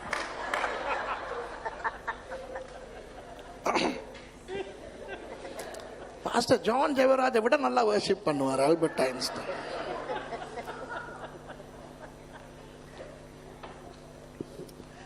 உண்மையை சொல்லுகிறேன் அன்பானவர்களே, உண்மையை சொல்லுகிறேன். Je vous dis la vérité. இந்த பிசாசு என்ன செய்கிறான் தெரியுமா? Est-ce que Satan, il dit, கிறிஸ்தவர்களை மூடர்களாக்கி கொண்டிருக்கிறான். il rend insensés les chrétiens. கிறிஸ்தவர்கள் விஞ்ஞானத்தை பார்த்து பயப்பட வைத்திருக்கிறான். Les chrétiens, ils ont peur en regardant la science. இந்த பிரயோக விஞ்ஞானத்தின் முன்னேற்றத்தின் நிமித்தம் Et quand vous voyez l'évolution de la science, உலக ஞானம் நம்மை பார்த்து கேலி செய்கிற அளவுக்கு உலகத்தை மாற்றி வைத்திருக்கிறார். la sagesse du monde est en train de se moquer en regardant les chrétiens. ஆனால் உண்மையாக வேதத்தை ஒழுங்காய் ஆராய்ந்து பார்த்தால் Mais si vous examinez comme il faut la parole de Dieu, வேதத்திலே விஞ்ஞானம் இருக்கிறது, il y a la science dans la Bible, கணிதம் இருக்கிறது, il y a aussi tout ce qui est la poésie, தத்துவம் இருக்கிறது, il y a de la philosophie, மனோதத்துவம் இருக்கிறது, il y a tout ce qui est les sciences humaines, வைத்தியம் இருக்கிறது. il y a de la médecine. எவ்வளவு ஒரு அருமையான வார்த்தையை கர்த்தர் நமக்கு அந்த 66 புத்தகங்களில் கொடுத்திருக்கிறார். Regardez dans ces 66 livres comment Dieu il a tout mis. அப்ப முதலாவது எங்கே உயிரினங்கள் தோன்றினவாம்? Où est apparue la première vie? தண்ணீரிலே. அப்போ அதை அழகாக ஆண்டவர் சொல்லுகிறார், பின்பு தேவன் நீந்தும் ஜீவ ஜந்துக்களையும் comma.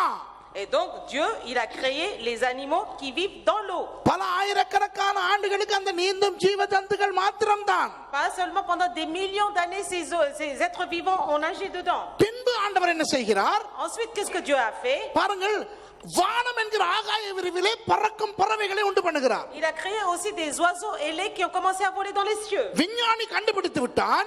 Les scientifiques ont découvert, இந்த fossils எல்லாம் வைத்து ஆராய்ந்து பார்த்து et ils ont découvert tout cela en recherchant, பறவைகள் தோன்றுவதற்கு பல மில்லியன் வருஷங்களுக்கு முன்பு மீன் வகைகள் தோன்றிவிட்டன என்று.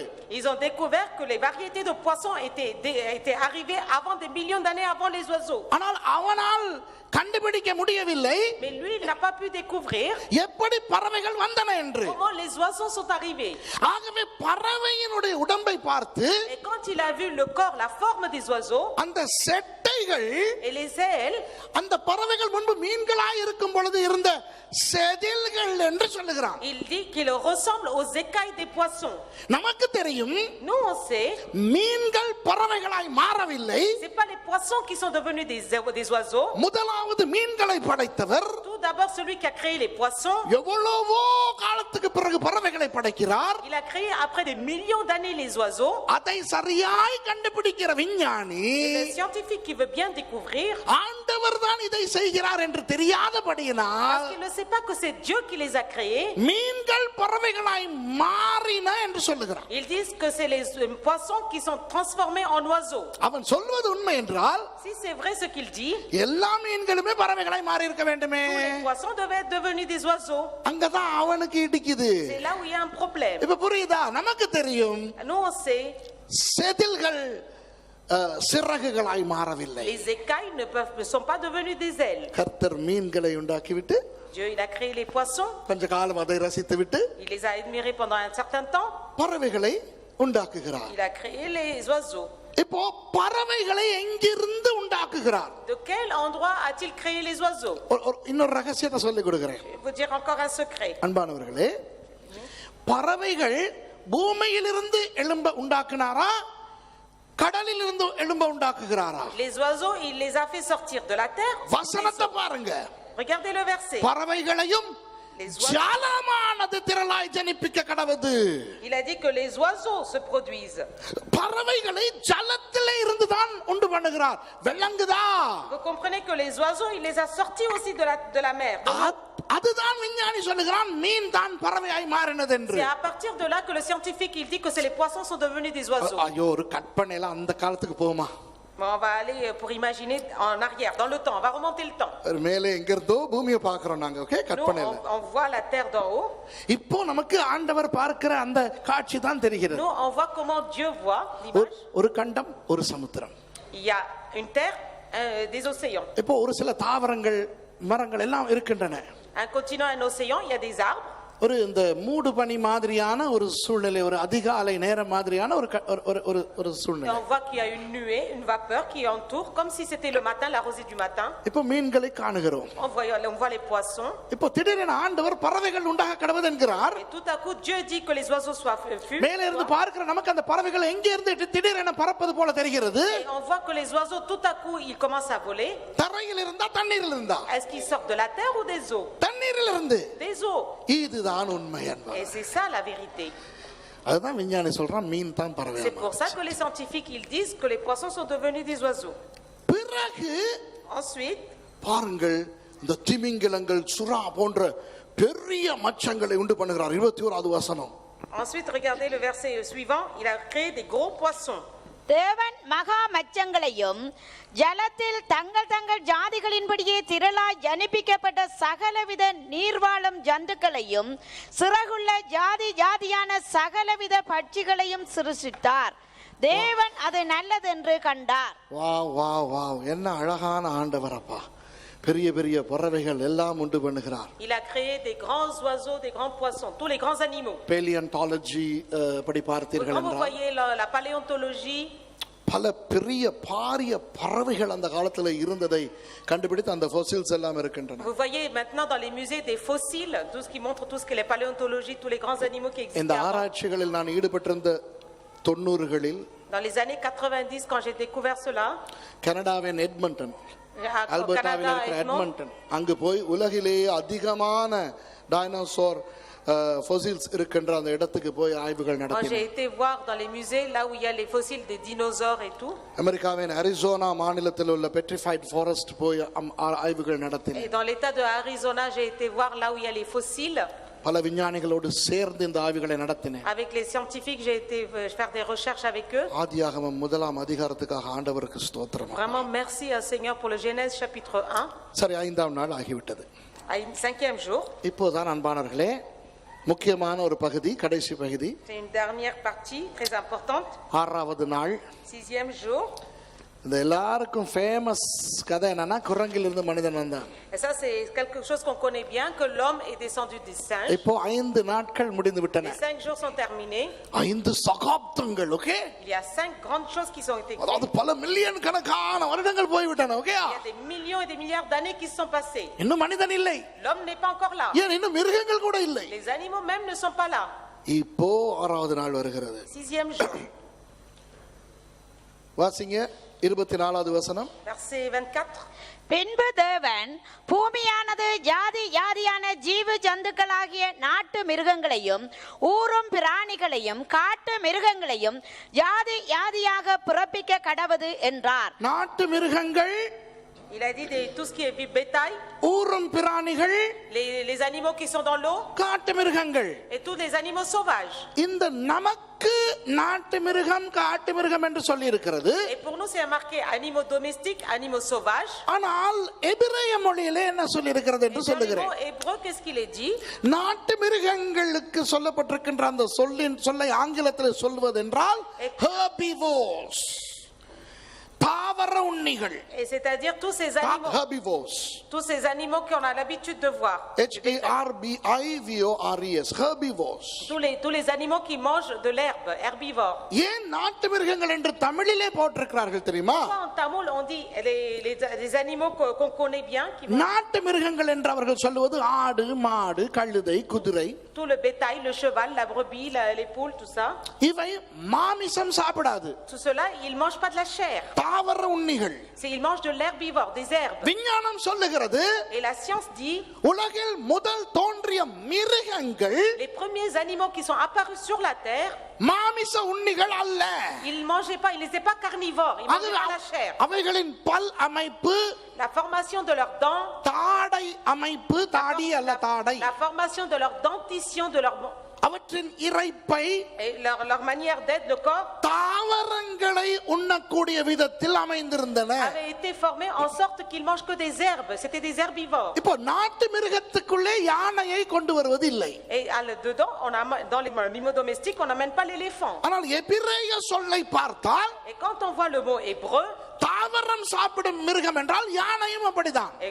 l'éléphant est un herbivore parce qu'il mange de l'herbe. யானை, மான், மரை, இந்த மூஸ், எல்க் என்னெல்லாம் சொல்லுவாங்களே, இந்த மிருகங்கள் எதுவுமே மாமிச உண்ணிகள் அல்ல. les éléphants, les biches, tout ça, c'est pas des herbivores. தெரியுமா உங்களுக்கு? இதெல்லாம் herbivores. அப்ப ஆண்டவர் முதலாவது இந்த மிருகங்களை தான் உண்டாக்கினார் என்று வசனத்திலே பார்த்து விட்டோம். Coma. Et on voit dans le verset que Dieu a créé d'abord ces animaux. நாட்டு மிருகங்களையும் coma. Il s'est marqué les herbivores, virgule. புரியுதா உங்களுக்கு? அடுத்தது என்ன? Ensuite, qu'est-ce qu'il y a? Amphibians. அதாவது நீரிலும் நிலத்திலும் வாழக்கூடிய பிராணிகள். Ensuite, les animaux qui ont la capacité de vivre dans les eaux et sur la terre. இது நம்மால் இதுக்கு ஊரும் பிராணின்னு போட்டிருக்கான். எபிரேய மொழியில என்ன தெரியுமா போட்டிருக்குது? Et vous savez dans le mot hébreu qu'est-ce qu'il est dit? குளிரான இரத்தம் கொண்ட ஜீவன்கள். C'est-à-dire les animaux, les êtres vivants qui ont un sang froid. Cold blooded creatures. C'est des créatures, des animaux qui ont un sang froid. Amphibians தண்ணீரிலும் அவை வாழும். Tout ce qui est les reptiles, நிலத்திலும் வாழும். ils vivent sur la terre, dans les eaux. அவை உன்னுடைய இரத்தம் குளிர்ந்த இரத்தம். Et leur sang est froid. முதலைகள், les reptiles comme monitors, dragons, monitors, les crocodiles, தவளை, le crapaud, புரியுதா உங்களுக்கு? grenouille, ஆமை, la tortue. ஓகேயா? சூப்பராய் ஆண்டவர் படைக்கிறார். Dieu a créé toutes choses d'une manière. அதாவது இந்த தாவர உண்ணிகளை சிருஷ்டித்த எத்தனையோ மில்லியன் கணக்கான வருஷத்துக்கு பிறகு தான் amphibians வருகின்றன. Et des millions d'années après qu'il a créé la variété des amphibiens, tout ce qui nage sur la terre et les eaux. amphibians வந்து எவ்வளவோ ஆயிரக்கணக்கான வருஷங்களுக்கு பிறகு தான் Et des millions d'années que les amphibiens sont arrivés. காட்டு மிருகங்கள் வருகின்றன. Il y a aussi les animaux sauvages arrivent. தமிழிலே காட்டு மிருகம் என்று சொல்லுகின்றது எபிரேய மொழியிலே யார் தெரியுமா? carnivores. Et les animaux sauvages, qu'est-ce qu'on dit en hébreu? C'est les carnivores, ceux qui mangent de la chair. மாமிச உண்ணிகள். Ceux qui mangent de la chair. அவற்றுக்கு தான் அந்த மிருகங்களை சாப்பிடக்கூடிய அந்த கடைவாய் பற்கள், அந்த பெரிய பற்கள் எல்லாம் இருக்கின்றன. Et ces animaux carnivores, ils ont une dentition qui leur permet de mâcher. விஞ்ஞானம் என்ன சொல்லுகிறது? Et qu'est-ce que dit la Bible? முதலில் தாவர உண்ணிகளாய் இருந்த மிருகங்கள், tous ceux qui étaient des herbivores au début, கொஞ்சம் கொஞ்சம் கொஞ்சம் உக்கிரம் அடைந்து petit à petit quand ils ont évolué, வேறு மிருகங்களை கொன்று சாப்பிட ஆரம்பித்தன. ils ont commencé à tuer d'autres animaux et à manger. அதற்கேற்ற விதத்தில் அவற்றினுடைய பற்களின் அமைப்புகள் மாறின அல்லது பரிணமித்தன. En suivant cela, leur dentition a évolué, ils ont été changés. நீங்க டிஸ்கவரி சேனல்ல பாத்தீங்கன்னா, quand vous allez voir dans les chaînes de découverte, அவன் சொல்லுவான் 25 millions of years ago such carnivoric teeth evolved in the mouth of these animals. Il dit que 25 millions d'années avant, la dentition de ces animaux ont évolué afin qu'ils deviennent des carnivores. பொய். C'est faux. நீ ஒன்றை கண்டுபிடித்து விட்டாய், அது உண்மை. Si tu as trouvé quelque chose, c'est vrai. தாவர தாவர உண்ணிகளுக்கு பிறகுதான் மாமிச உண்ணிகள் வந்தன. Tout d'abord il y a eu les herbivores, c'est après que les carnivores ont été créés. ஆனால் தாவர உண்ணிகள் மாமிச உண்ணிகளாக மாறவில்லை, நீ மாறினதாக நினைக்கிறாய். Mais moi je dis c'est que les herbivores ne sont pas devenus par la suite des carnivores. மாறி இருந்தால் எல்லா தாவர உண்ணிகளும் அல்லவா மாம்ச உண்ணிகளாய் மாறி இருக்க வேண்டும். S'il y a eu un changement, tous les herbivores ils auraient dû devenir des carnivores. அவ்வளவு பெரிய யானை இன்றைக்கும் தாவர உண்ணியாகத்தான் இருக்கிறது. Un grand éléphant il est encore toujours herbivore. அவ்வளவு பெரிய காண்டாமிருகம், Un grand rhinocéros. காண்டாமிருகம் பார்த்திருக்கீங்களா? Un rhinocéros, vous l'avez vu? அதுவே தாவர உண்ணியாய் அல்லவா இருக்கிறது. Il est encore un herbivore, n'est-ce pas? காண்டாமிருகம் வாயை திறந்து பார்த்திருக்கீங்களா? Vous avez déjà vu un rhinocéros ouvrir sa gueule? காண்டாமிருகத்தினுடைய ஒரு அந்த அந்த கடி இருக்கு தானே. Et vous savez quand il ferme sa gueule, முதலையினுடைய கடியை விட 70 மடங்கு சக்தி வாய்ந்ததாம். sa puissance de sa mâchoire, elle est 70 fois plus que celle de le crocodile. அவ்வளவு சக்தி வாய்ந்த அந்த வாயை பொளந்து புல்லு தான் திங்க. Et il ouvre sa gueule aussi grande, aussi puissante pour manger que de l'herbe. புரியுதா உங்களுக்கு? Est-ce que vous comprenez? அப்ப அது மாறி இருக்கலாமே. Il aurait dû changer. ஏன்? Pourquoi? ஆண்டவர் அவற்றை வேறாக இவற்றை வேறாக படைத்தார். Dieu, il les a séparés, il les a créés différemment. புரியுதா? இப்போ மிருகங்கள் சில மிருகங்களை உண்டாக்கி விட்டார். Il a créé certains animaux. சிலனா எல்லா மிருகமும் வந்துருச்சு இப்ப. Tous les animaux sont apparus. இந்த மிருகங்களுக்குள்ள தான் இருக்கிறாங்க. Et à l'intérieur de ces animaux, orangutan, il y a les orang-outans, baboon, les babouins, gorilla, les singes. இவங்கெல்லாம் இந்த இதுக்குள்ள தான் அடக்கம். Tout ça, ils sont dedans. அப்போ மனிதன் வருவதற்கு முன்பு குரங்குகள் வந்து விட்டன. Avant que l'homme apparaisse, les singes étaient déjà là. ஓகேயா? Vous êtes d'accord? இதற்கெல்லாம் பிறகு Et c'est ensuite 26வது வசனம். verset 26. வாசிங்க. பின்பு தேவன் வண்டர்ஃபுல். நமது கொஞ்சம் இருங்க. எப்போ? Quand? பின்பு. Puis Dieu. which means இந்த எல்லா மிருகங்களையும் படைத்து எத்தனையோ மில்லியன் வருஷங்களுக்கு பின்பு Une fois qu'il a créé les animaux et des millions d'années après, தேவன் மனுஷனை உண்டாக்குகிறார். Dieu a créé l'homme. இதனால தான் அவன் நினைக்கிறான், C'est pour ça que lui pense, கடைசியா தானே ஹோமோசேப்பியன் வந்தா, கடைசியா தானே மனுஷன் வர்றான், c'est à la fin que l'homme est arrivé. குரங்கு தான் மனுஷனா Et நிமிந்துச்சு. c'est le singe qui a évolué pour devenir un homme. ஐயோ, அப்ப பாவம் மத்த குரங்கெல்லாம் ஏன் நிமிரல? Ça veut dire pourquoi les autres singes ils ont pas muté aussi. இன்றைக்கும் ஒராங்குட்டான் இருக்குதே. Encore le singe orang-outan, il est dans son état. இன்றைக்கும் gorilla இருக்குதே. Encore le gorille, il est dans son état. எல்லாம் மாறி இருக்கலாமே. Tous auraient dû changer. ஏன்னா 5 பேர் மாத்திரம் தீர்மானிச்சு நீங்க எல்லாம் மாறாதீங்க நாங்க மட்டும் மாறறோம்னு தீர்மானிச்சு மாறனாங்களோ? Est-ce que ils ont décidé en disant nous quatre on change mais vous restez. அன்பானவர்களே, உங்களுக்கு ஒன்றை சொல்லுகிறேன், இதோடு நான் முடிக்க போறேன். Moi je vais vous expliquer une chose, mais bien. ஏன் நான் வெள்ளன முடிக்கிறேன்னா நான் முடிக்கல. Je finis pas. Pastor John Jebaraj மேல வர போறாரு இன்னும் கொஞ்சத்துல. Pasteur John Zebaraj va venir. நாங்க உங்களெல்லாம் கொஞ்சம் ஆண்டவருக்குள்ள நடத்த போறோம். Et nous allons vous conduire dans le Seigneur. விஞ்ஞானத்தை உருவாக்கிய தேவனிடத்தில் நாம் வர போகிறோம். Et nous aussi en tant que scientifiques nous allons venir devant Dieu. Okay? அப்போ ஆண்டவர் இந்த மனிதனை எப்படி உண்டாக்குறார் என்று பார்ப்போம். 2ஆம் அதிகாரத்திலே விளக்கத்தை கொடுக்கிறார். மண்ணை எடுத்து அதை உருவாக்கி நாசியிலே ஊதி, அதெல்லாம் 2ஆம் அதிகாரத்துல வருது. On a vu comment il crée l'homme, il prend la terre, il souffle de son esprit, tout cela. ஆனால் இங்கே என்ன சொல்லுகிறார் வாசிங்க. Vous savez qu'est-ce qu'il dit? பின்பு தேவன் நமது சாயலாகவும் நமது ரூபத்தின் படியேயும் மனுஷனை உண்டாக்குவோமாக. அதுதான் வித்தியாசம். C'est ça la différence. சாயல் எபிரேய மொழியில நிறைய பேருக்கு தெரியும். சொல்லுங்க நீங்களே. L'image. சாயல் என்னது? L'image. சாயல் எபிரேய சொல் என்ன? Le mot hébreu. Very good. செலம் சொல்லி கொடுத்தாச்சு எல்லாருக்கும். Selem, le mot hébreu. ரூபம் எபிரேய சொல் என்ன? டெமுட். அப்புறம் தான் ஹீப்ரூ ஸ்காலர்ஸ் நாங்க வச்சிருக்கோம் இங்க. சாயல் என்பது செலம். L'image c'est la forme. ரூபம் என்பது டெமுட். La forme c'est début. செலம் டெமுட் என்றால் என்ன என்று நிறைய சொல்லி கொடுத்திருக்கேன். சும்மா லைட்டா சொல்லி கொடுக்கிறேன். முகம் பார்க்கும் கண்ணாடியில் நான் என்னை பார்க்கிறேனே, si dans le miroir je me vois, அதுதான் செலம். ça c'est l'image. புகைப்படத்தில் என் உருவத்தை பார்க்கிறேனே, moi je vois sur la photo une image, அதுதான் டெமுட். ça c'est début. ஆண்டவர் மனுஷனை எப்படி உண்டாக்கினார்? Comment Dieu a créé l'homme? தன்னுடைய கண்ணாடியாக.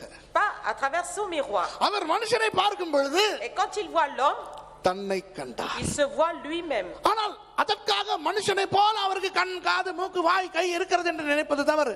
Donc c'est une erreur de penser comme l'homme il a un œil, des yeux, un nez, une bouche, tout cela. ஏனென்றால் கண்ணாடிக்கு என்னை போல கை கால் மூக்கு எல்லாம் கிடையாது. Parce que le miroir n'a pas les yeux, la bouche et tout comme moi. ஆனால் அந்த கண்ணாடியில் நான் என்னை பார்க்கும் பொழுது என்னை பார்க்கிறேன். Mais quand je me vois dans le miroir, je me vois moi. அதுபோல ஆண்டவர் மனுஷனை பார்க்கும் பொழுது தன்னை கண்டார். Donc quand Dieu voit l'homme, il se voit lui-même. யார் மனுஷனை பார்த்தாலும் Quand quel que soit qu'on voit un homme, ஒரு புகைப்படத்தை பார்ப்பது போல ஆண்டவரை கண்டார்கள். Dieu il voit Dieu comme une image. ஒரு போட்டோவை பார்க்கும்போது நாங்க சொல்றோம் ஓ இந்த இருக்கிறார் அவரு.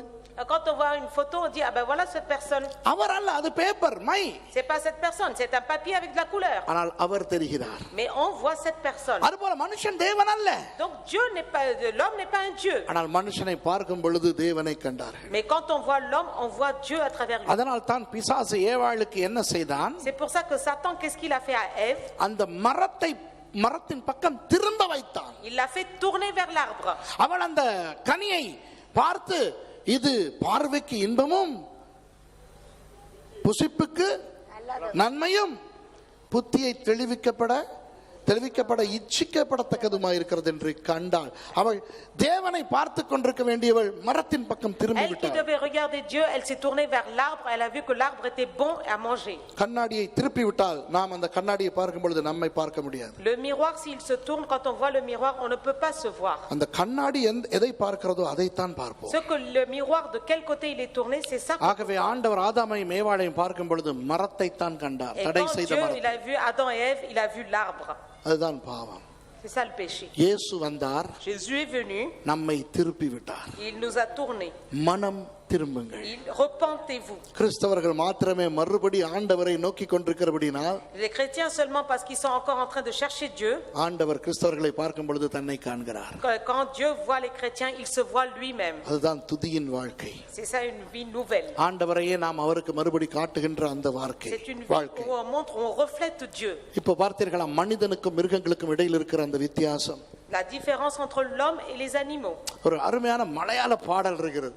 Il y a un chant malayalam. நீங்க கேட்டிருக்கீங்களோ தெரியல. Je ne sais pas si vous avez entendu. மின்னும் சிறகுள்ள பொன்மையிலே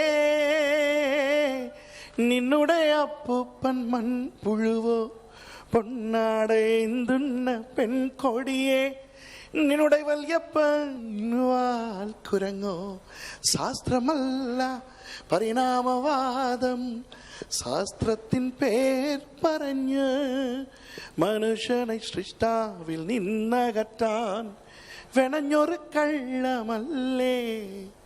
പരിണാമവാദം என்பது எவல்யூஷன். C'est ça l'évolution. தன்னை சிருஷ்டித்த மனிதனிலிருந்து மனிதனை பிரிக்கிற ஒரு கள்ள உபதேசம். Le fait de séparer le créateur et la création, ça c'est une fausse doctrine. ஆனால் அவர்கள் எதை அடிப்படையாய் வைத்து இதை Qu'est-ce செய்கிறார்கள்? qu'ils gardent comme fondation pour mettre ça, cette théorie? விஞ்ஞானத்தை. C'est la science. விஞ்ஞானம் பொய் அல்ல. La science n'est pas விஞ்ஞானம் உண்மையை un mensonge. உண்மையை கண்டுபிடித்து விட்டது. La science a découvert la vérité. சரியாய்த்தான் சொல்லுகிறது. Elle dit exactement la vérité. ஆனால் விஞ்ஞானத்தின் அந்த வெக்கும் அந்த இடைவெளி என்ன தெரியுமா? Mais vous savez quel est l'intervalle entre la science et Dieu? ஆண்டவர்.